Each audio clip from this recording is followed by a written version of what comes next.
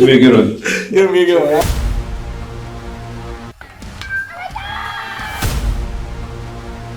Definitely a different type of process.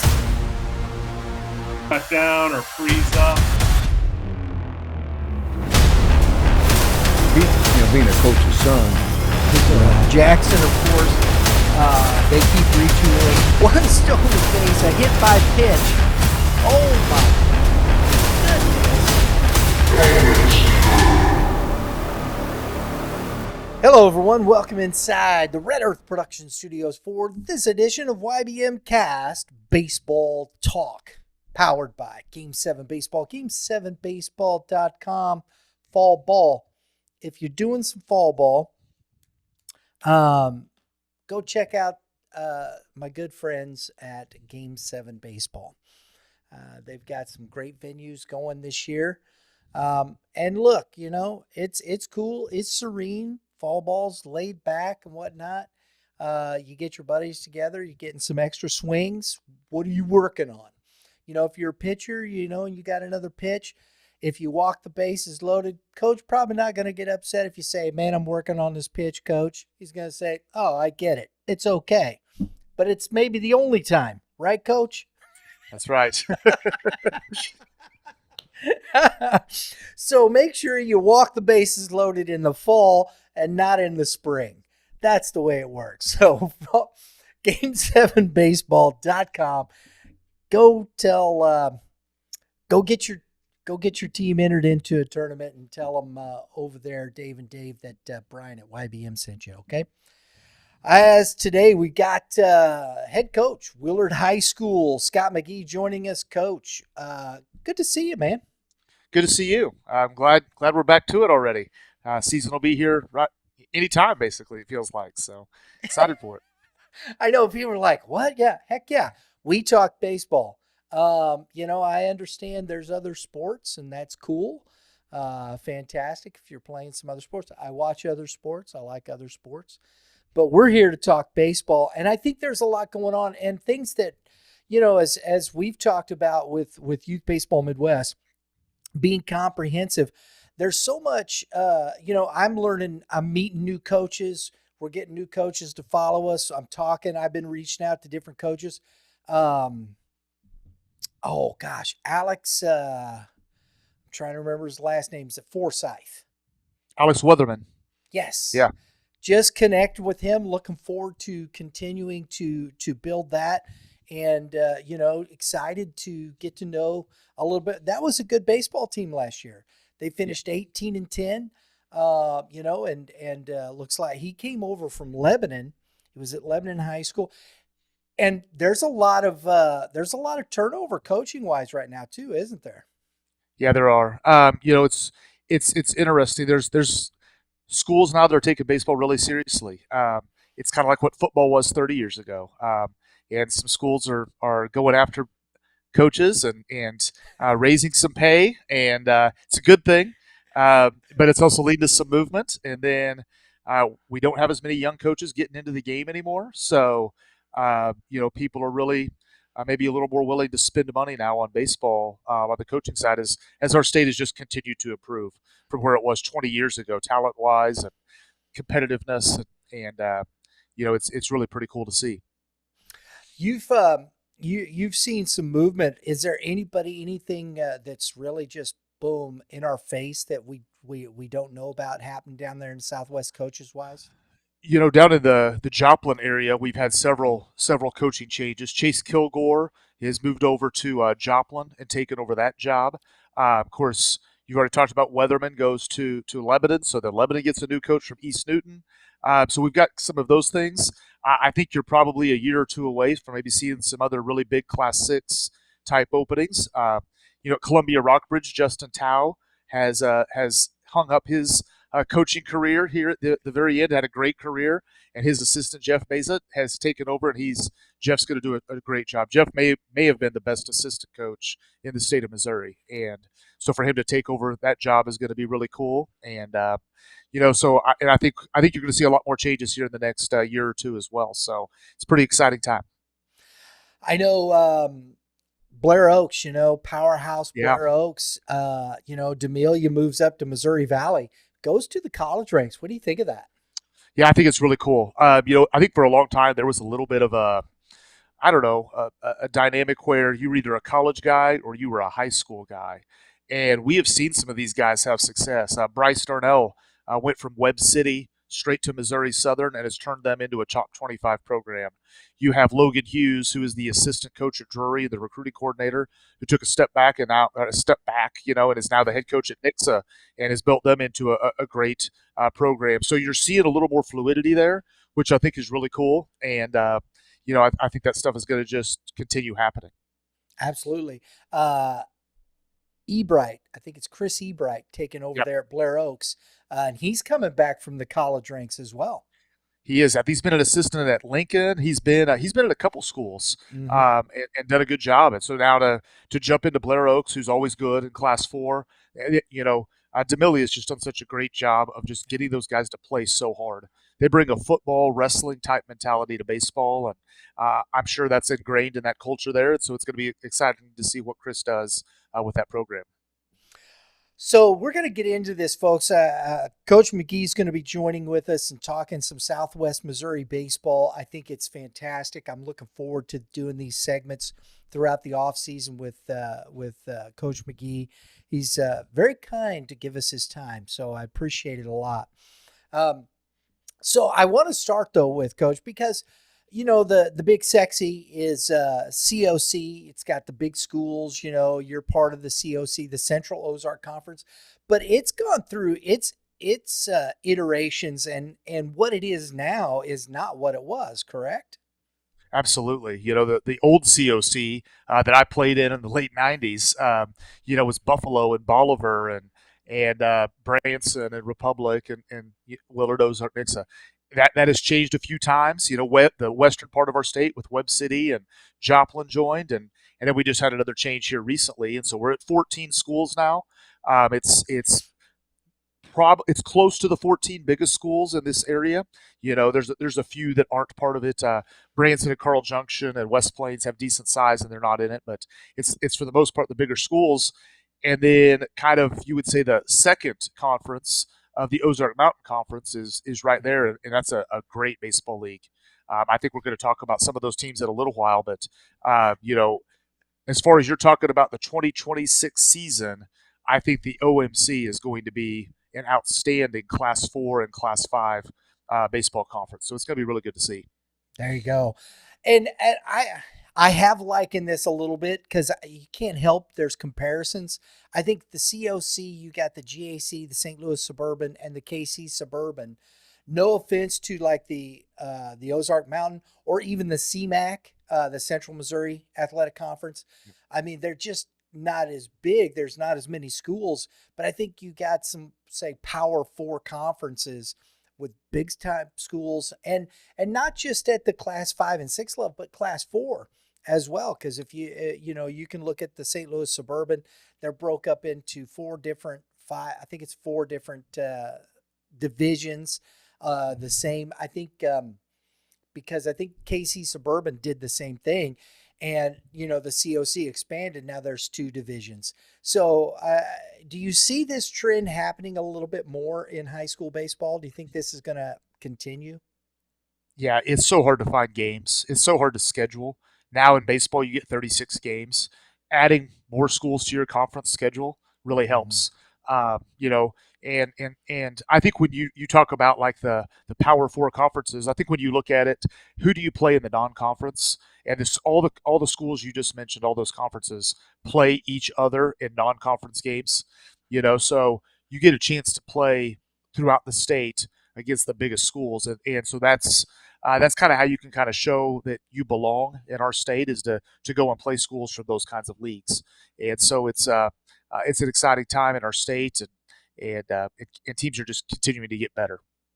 I think it's interesting as we're, just an overview here, but I think this is, we see Platte County come down last year into this Final Four, and they beat Vianney pretty good, which shocked me.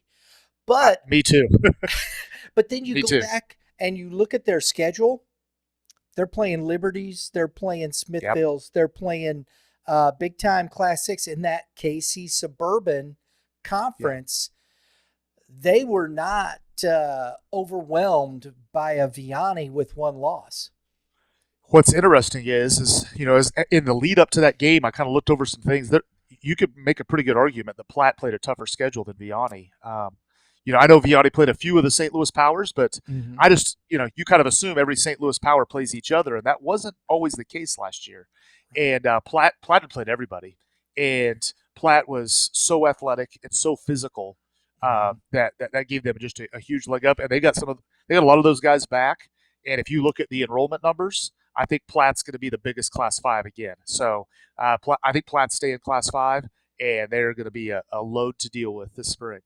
There you go. And, here's a shameless plug for our Baseball 101 podcast with Darren Sissel. He's going to have Coach Sipes joining him on his program. I think that's next week. And John Sipes is one of the good coaches in this state.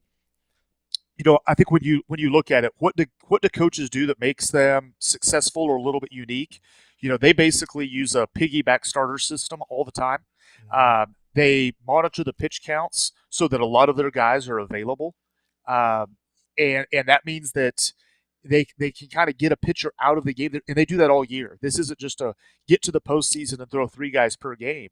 They're used to doing that, and as a hitter, you know how it is. You're second, third time through the order, you're more comfortable. Well, their pitchers don't face guys 2 and 3 times.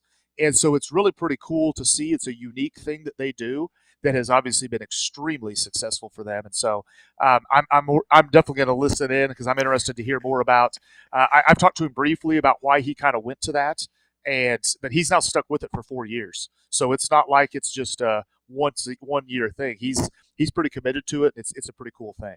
Yeah, because they won in 21, right? 22? No, I think it was 22. 23. I think they won at 23. Was it 23?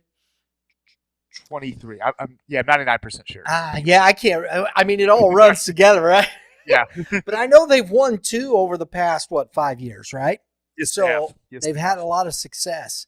And so I think it's very interesting to see. But so that's kind of an overview. But I'll tell you, when I started looking down and I'm looking through this, I'm all of a sudden, because I went through and in 2025, the Southwest conferences, especially in the small classes, highly successful. We're going to start down there. It's the Southwest Conference. The Miller Cardinals. Yeah. But they've had a good program for quite some time, haven't they? They have. They've had some really good teams down there. Bobby Johnson was a pitcher for them who ended up playing professional baseball, and they were good when he was there. He actually now runs. If you remember the old Mickey Owen Baseball School, he now runs that place called the Sandlot out there in Mount Vernon. Where Michael Jordan went as a youth, Charlie Sheen, all those guys went there for week-long camps, and so Bobby Johnson runs that place. Miller's been good for a long time. They've had some really good coaches, and they won it all. They won it last year, headlined by Jace Wilkinson, who was a sophomore a year ago, big-time arm, lefty. I've heard he's been up to 94. Hardest I've seen him is 88, 89, but 88, 89 is pretty good as a sophomore. He'll be a junior this year, and he's going to give him a chance to get back there.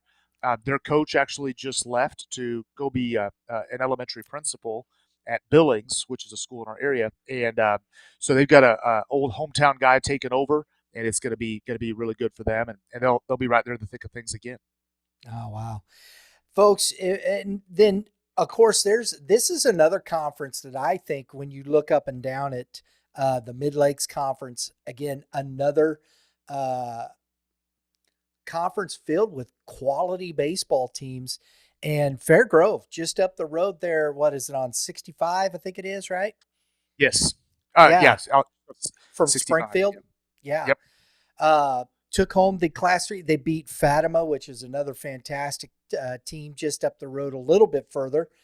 But, Fairgrove, again, state champs, won 2-0. So that's Class 2 and 3 this year coming out of the southwestern part of the state. And kind of the same story. Fairgrove did lose some guys, as did Miller, but Fairgrove returns a Division I guy. He'll be a junior going to Missouri State. His name is Gavin Thomason. I believe he's stolen 38 bases and 34 bases the last 2 years. He's also got power. Their coach, William Reed, used to be an assistant at Chillicothe, which is a Class 6 school here in Springfield. He went out to Fairgrove. There's a long tradition out there. A lot of their upper administration's heavily involved in baseball. Their superintendent is Christian Overstreet, who was a good player at Missouri State back in the day. So they do a lot of good things. Fairgrove takes sports very seriously, not just baseball, but they take football. They're good in volleyball. They're good in they've won girls basketball state titles. They're good in boys basketball. They're good at everything. And just a little bit outside of Springfield, they're in a big rivalry with Stratford, which are schools that are about 6 miles apart. It's really pretty cool dynamic there. But Fairgrove should be right there in the thick of things again this year. And if you look at them, they play a tough schedule. They'll play Class 5 and 6 schools, and that stuff really helps you. Do they ever put you on you guys on their schedule? I actually just added them last week, so we have not played Fairgrove, but we will this next year. It's going to be a heck of a game. I think he's got it on a schedule where he's going to be able to throw one of his best guys at us, and so it's going to be a good one. So I've always tried to play some of the best Class 3s and 4s from our area because, number one, it's a big deal to them. We're going to get their best shot at it, and it gives us a test at a bigger game atmosphere there during your regular season. It's not a conference game. It's not a district game. It's not a tournament game. But you get a chance to play somebody who's going to take it really seriously. And occasionally you lose those games, but I think it's really good for your own program as well. And I just like to seek out, when we get a chance to play a great player or a great team, even if they're a Class 2, 3, or 4, we'll play them. We played St. Elizabeth. We played Wablo back when they had Logan Thomason. We've always tried to seek out, if you've got a Division I player, we're willing to play you, even if you're smaller than us. There you go. And I think that's interesting too, because then it's a matter of setting the schedule because, you got a conference guy, you want to pitch your conference games. So that does take some strategic work with the scheduling, correct? Yeah, it does. And for us, we throw our conference guys in all of our conference games, but sometimes a school that's smaller, they're so dominant in their conference that they can throw their third or fourth guy and win their conference games. And so then we're throwing our third or fourth against a school like Fairgrove. They could throw their number one, and it's a heck of a game. And, man, it really makes your 3s and 4s better. Because if you think about when do your 3s and 4s throw as a big school, well, it's the Saturday afternoon game that doesn't matter anymore. It's the non-conference against a big school that's not very good. Now they're throwing against somebody who's legit, and that's going to make them more prepared because, especially with the changes to quarterfinals and everything else, you need 5 guys. I mean, you get to the postseason, you need 5 pitchers. And, you see that with Tony Perkins. You see all these guys. I mean, they're willing to use guys to get them ready for that time of year. So I think it's just good for all of us to do it that way. Yeah. Speaking of, I'm doing all these, man. Jeez, you're now throwing out some great segues. Another shameless plug. Tomorrow it is Baseball 101. Tomorrow's show we'll have. I'm going to go ahead and do it because it's tomorrow. Yeah, tomorrow's show we'll have Coach Perkins and Coach Casper sitting next to Darren Sissel. We got 3 generations. Coach Casper was the original guy there. Coach Perkins was the assistant coach. And the history, it was fun listening to them record that podcast, Scott. That was fantastic. Awesome. That's really cool. So that's Friday. So, man, you're just a wealth of segues for me there, brother. I appreciate Not even meaning to. Logan-Rogersville, we saw them in the state championship game. Again, the Ozark Mountain Conference. This is what Coach referred to.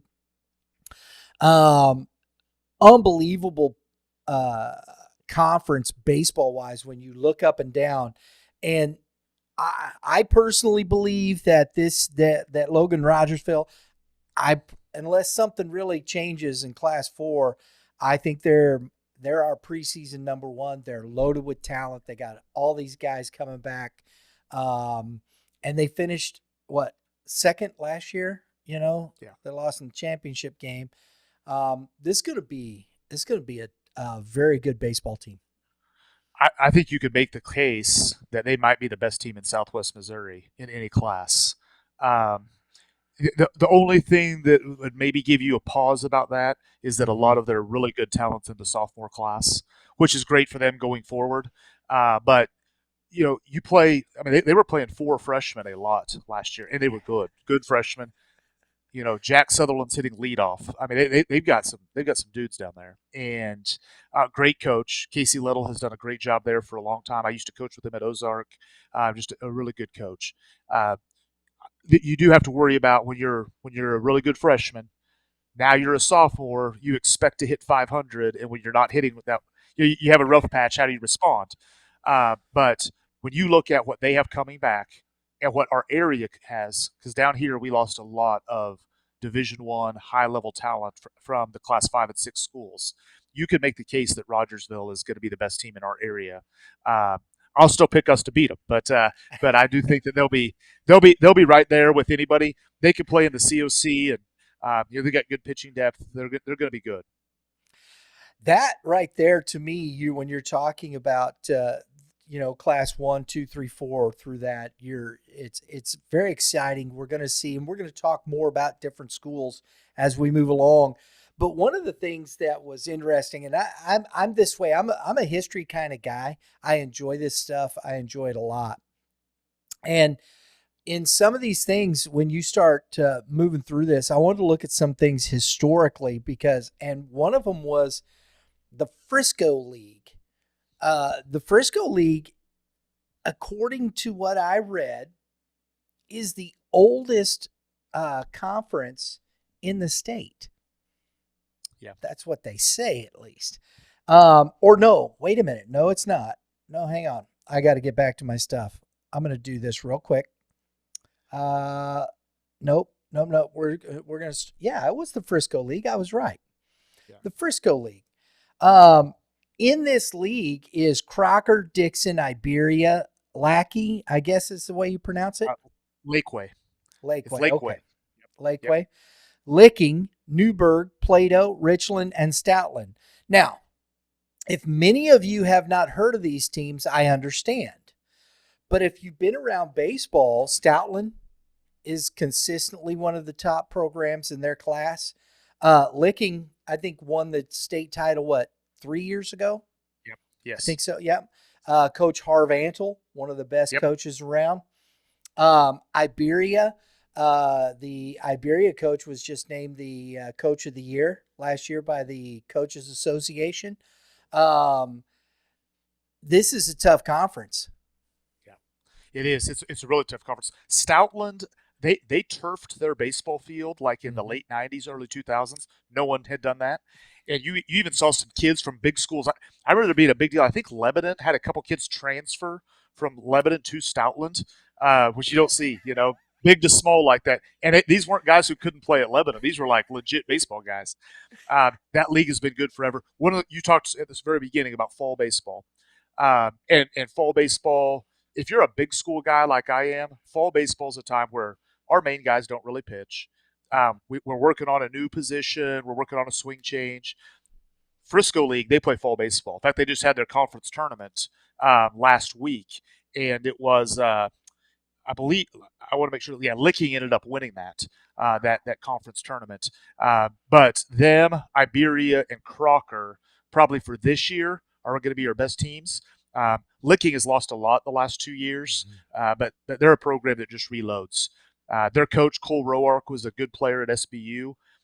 He was Harv's assistant, then took over the program. He's got an indoor facility there. Their guys are working out at baseball year round up there. It's really, really pretty cool to see.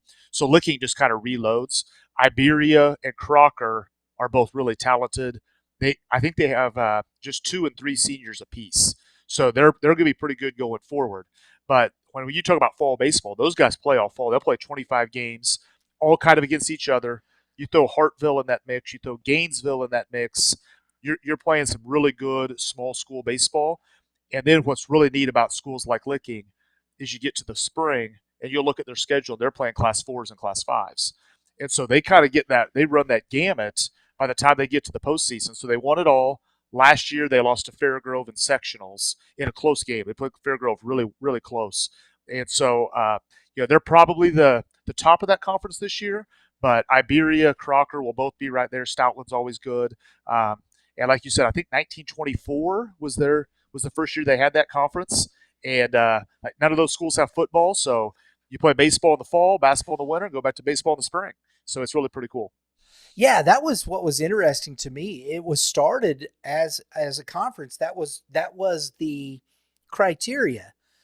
Yeah. You don't have a football team. These are all schools, no football. We'll focus on these other sports, which is kind of unique in high school and sports period, because football's usually, king.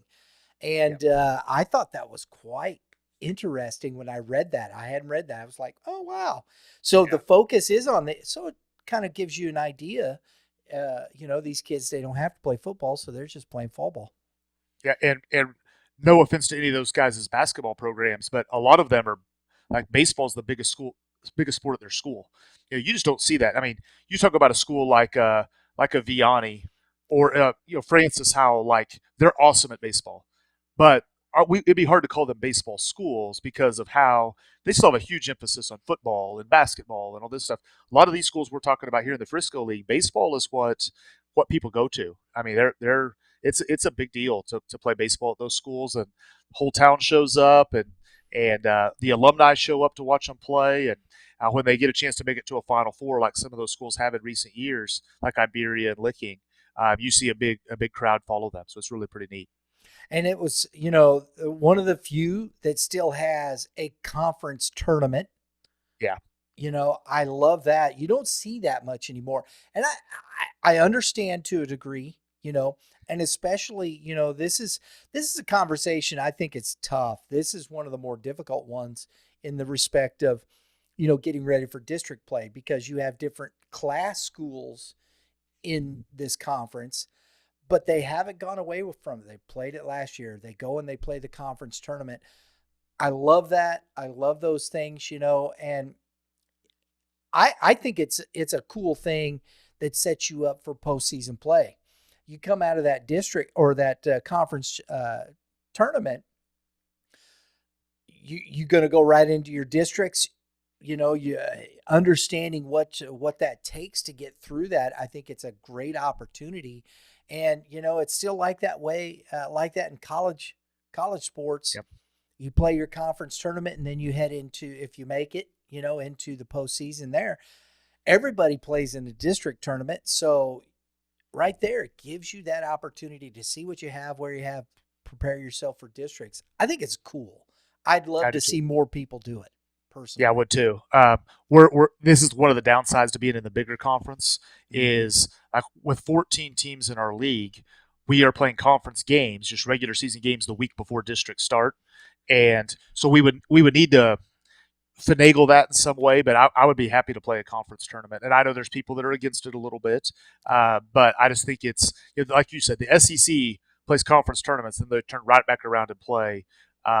In regionals the next week, and you get a school in the Missouri Valley, Evansville, who gets hot and it can jump straight in and end up winning a regional, and like we see in college baseball all the time. So I think that stuff is pretty neat, and there's only a few leagues that still do the conference tournament, but the Frisco League is one of them. Yeah, it's tough. I know the logistics, and I'm sure ADs listen to this and go, "What are you talking about, man? We can't do it." Yeah. So. I get it. The other one, this sounds familiar to folks in the Midwest, especially in Missouri, the Big 8 Conference. And that just, it just, in my mind, I'm an old guy like that. It just summons up all the old Nebraska, Oklahoma, Mizzou, Kansas State, Big 8 Conference, baseball, football, whatever the case. So I love this part of it, for one. Yeah. But then you go down, and again, we mentioned East Newton in this, but you've got Aurora, Cassville, Lamar, McDonald County, Monette, Mount Vernon, Nevada, and Seneca. if you win this conference, you're doing something. Yeah. We talked about the Frisco League not having football and baseball being the king. The Big Eight, football was everything in that league until the last 15 years. And now you've seen baseball really emerge. Aurora just had some dominant teams there from 2012 through 2022. James Hoffman was their head coach. They had guys getting drafted out of high school. They were playing in state title games. And he's now their AD. So Aurora kind of raised the bar. But Michael Calhoun out of Monette, he's been there for 25 years, does a really good job. You can go back to the history of the Cassville program. That's really good. And then as far as modern day, Lamar, Seneca's really good. Mack County had a really strong team 3 years ago. They were really good. So baseball has emerged in that league and is probably quite a bit better baseball league than it is basketball now. And you could probably make the case it's a better baseball league than football with just the way those teams are currently constructed. So a lot of investment facilities, a lot of those schools you mentioned have turfed their fields in the last 5 years. Baseball's turned into a big deal at those schools, and I think a lot of guys going on to play college baseball out of that conference, and it's really pretty cool to see. Aurora, I think, what was it, 16 and 17? Won back-to-back state championships, I think it was, right? Yes. And they were still really good at 18. I mean, you had Gage Singer, who went on and pitched at Pitt State. You had Wyatt Sparks, who got drafted out of high school by the Texas Rangers. I know I'm going to leave out some guys, so I shouldn't have started naming them, but you just got so many. Matt Miller, I think, may have broke Missouri Southern's home run record. Just guys that turned out to be great players coming out of that school, and we had some outstanding ball games with them there over those years as well. So they're a good team that played good people. And one of the best mascot names in the state, in my opinion, the Hound Dogs. And folks, it's spelled Houn with an apostrophe, DAWGS. That's even more fun. Yes, it is. I mean, I that to me, that's where it's like, okay, yeah, baby, let's do that. I understand Wildcats, no offense to, and Tigers and Bears and oh my, and all that stuff. But when you get one like that, from time to time, it's fun. It's a lot of fun. I think McDonald County's the Mustangs and Monette's the Cubs. So, at least there's too many of us down here who are the Tigers. So I kind of respect anyone who's not a Tiger, just from there's too many of us down here. I think half of our conference is Tigers as their mascot. So it's pretty cool to see some other ones. I know. You're just like, guys, can we, there's other cats out there. Yeah. Well, so here, just kind of the history of some of that. Here at Willard, we used to be the Wampus Cats in the early 1920s. And when Mizzou became the Tigers, they asked everyone in the state to become Tigers as their mascot because Mizzou was the flagship school. So all of us older towns changed our name to the Tigers. So this is why, like, Ozark and Carthage and Willard are the Tigers. Nixa was not a school yet at that time. So when Nixa came in, they became the Eagles. And so a lot of us older ones kind of got turned into Tigers, and now it's the history there. It'd be tough to change, if you're at Willard or Republic or Carthage, to leave the Tigers mascot. But yeah, we used to be the Wampus Cats in the early 1920s. So I love that. We've got to go back to that, man. Even nothing else, just for the baseball, I'll help you. We'll campaign for it, Scott. Okay. Oh, mercy. When we're looking at, because Aurora's a Class 4 school, Nevada Class 4, Seneca's a Class 4.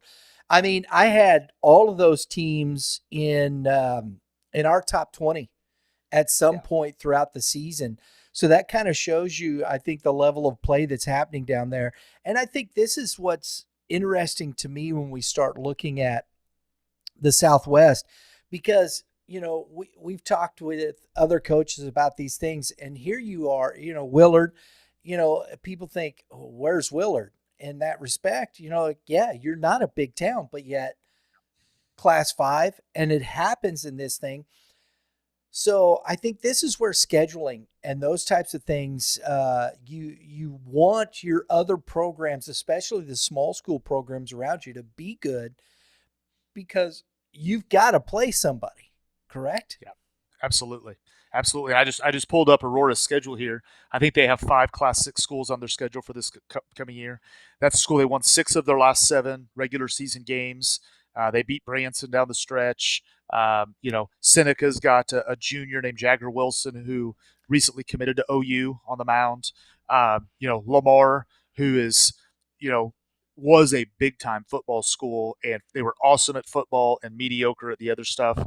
Now they're awesome at football and really good at the other stuff too. And so, Lamar's got a good basketball program. They got a good baseball program, and so they're going to be right there in the thick of it. So it's going to be a really competitive league. Monette's always good. You Yeah. just look back. You could probably say Monette's been the most consistent team in that league over the last 25 years. They haven't had the super high highs, but they haven't had the lows. They aren't putting up any 4-win seasons, and so that's going to be good for them. And it's going to be a really exciting league this spring with probably 5 different teams that have a chance to win it. Wow. And I think this is so when we head to this, I'm looking at these teams here as we start putting our thought process to where we're starting our preseason rankings. These are teams that and I just got a chance to go through all the stuff that just happened at the fall games for prep baseball. That's a great tell. And the Jagger Wilson, he was there, performed very well at the showcase. You kind of get an idea when you got a guy like that. It's like, makes you stand up and go, what else do they have around him? And that's when you can start looking at these kids and start saying, hey, this team's got a shot. And I think,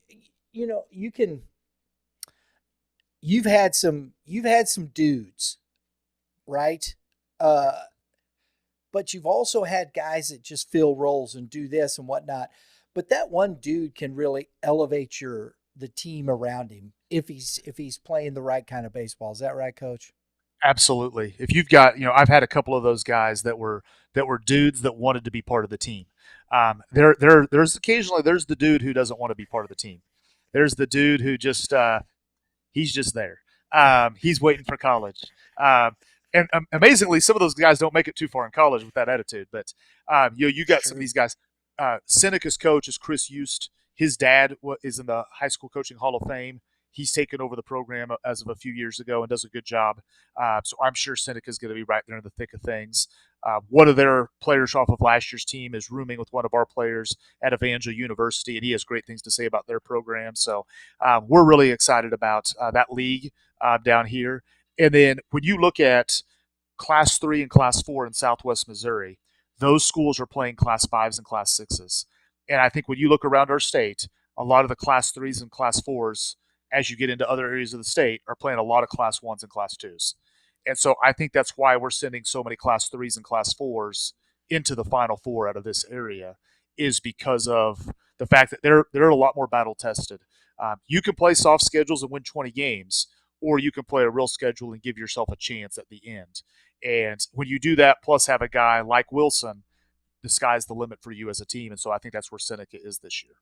Yeah, it's going to be a lot of fun. I'm looking forward to this season, and I'm looking forward to having these conversations on a regular basis with you, Coach, because there's a young man.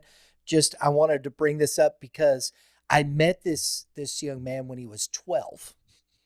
We were on our winter workout tour, one of our first real big winter workout tour stops. And we stopped with the Midwest Mavericks. And this young man's name is Ryland Sutton. Yeah. And Ryland just, congratulations to Ryland Sutton. Big shout out. Just committed to Ole Miss. It's going to be down there at Ozark. His dad, we've talked at different times and whatnot. Just a solid young man and a heck of a baseball player. Yeah, and a worker. He's always hitting. So I think Ozark was good last year, and they lost some guys. I know that their young group is really, really good. He's just a junior. So the future's bright down there. Ryland's a physical kid. It's really exciting when guys from our area go on. We've had these guys now. Nixa had guys that got drafted and now are playing at Kentucky, and it's cool to turn on your TV and turn on ESPN Plus and watch those guys. And so it's awesome for Ryland. He's an outfielder and first baseman and can hit with power, and so it's going to be fun to watch him. And I'll root for him most of the time, just not when they're playing Willard. So, absolutely. But I want to give a shout out. And you know what? I would be remiss, and this is terrible. I should have done this. I should have had this on there because Wyatt Vincent drafted out of Nixa and is with the Mets, right? Yes, Mets. Yeah. If you get a chance, you got to go watch the player spotlight. We got a chance. We had Wyatt on a player spotlight. It's still there. If you go to our stay here on the channel after you're done here, go check that out. You can go to our playlist. It's there. One of the most articulate young men we've spoken with. He's got it here as well. I really enjoyed that. I wish Wyatt all the success. I mean, that was huge, and congratulations to these young people, man. This is cool for baseball. It really is. Here's what's cool about Wyatt. Wyatt was a really good football player and led them to a state championship appearance where they lost. Then in the winter, Wyatt went and played basketball where he was probably their eighth man, and there were games he did not play in. And how many guys as a senior that have a chance to get drafted would have stuck that out and just played? And I would also give a shout out to his basketball coach, Brock Blanzett, who allowed him to miss some things at times to go to baseball showcases to be ready to go. When we want to talk about multi-sport athletes, it requires the family to sacrifice, the kid to sacrifice, and their coaches to sacrifice if we really want that. And Wyatt was able to do that. And I have a lot of respect for someone who's willing to go be a role player in another sport to help out their school and have that sort of community pride. And so I think that's really cool for Wyatt. And, like I said, I rooted for him a bunch last year, just not when they played us. And I'm excited to follow him with the Mets. So absolutely. Absolutely. A lot of great things happening in the Southwest. Coach McGee, folks, Willard High School, one of the best programs down there, Coach. I appreciate you always taking the time. And we're looking forward to talking more Southwest Missouri baseball. Looking forward to it also. Absolutely. Folks, if you like it, please, if you're down in that neck of the woods, we're going to be doing some more stuff. We got some great things coming up. If you want to join our mailing list, you can go to our website, sign up. The press box, we're starting to talk about different players, opening those things up. We're hoping to, and Coach, we're going to send this out to any of the high school aspiring journalists who want to help out and write for Youth Baseball Midwest. We're hoping to get that and covering more of the sport down there in Southwest Missouri, because it's going to be a lot of fun. We're excited about it. So please share it out with your friends. Appreciate everybody tuning in today. Everybody, have a great day in the Lord. All you pitchers, please, I'm going to say for the coaches, just throw strikes. I know they don't want to say it. They're not going to say it, but they're thinking it. And you hitters, Coach, what's some advice for the hitters? Hit it hard and hit it low. It's hard to field 98 miles an hour at your shins. So hit it there and not lazy fly balls. So there you go. I love it. We'll see you all next time.